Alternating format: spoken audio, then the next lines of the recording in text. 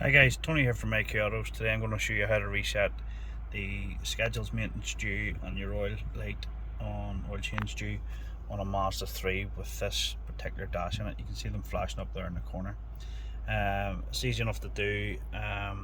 You can do it with car running, ignition on, but you're going to use your toggle button down here, your scroll button, to go through your settings, and you're going to go over to applications, press down on the button to go into applications, and then scroll down to see maintenance.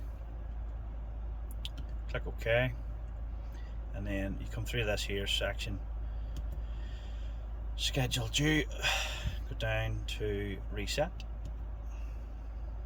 go across and hit reset and OK, and that will reset it to 12 months or 13,500 miles depending on your service interval for your vehicle.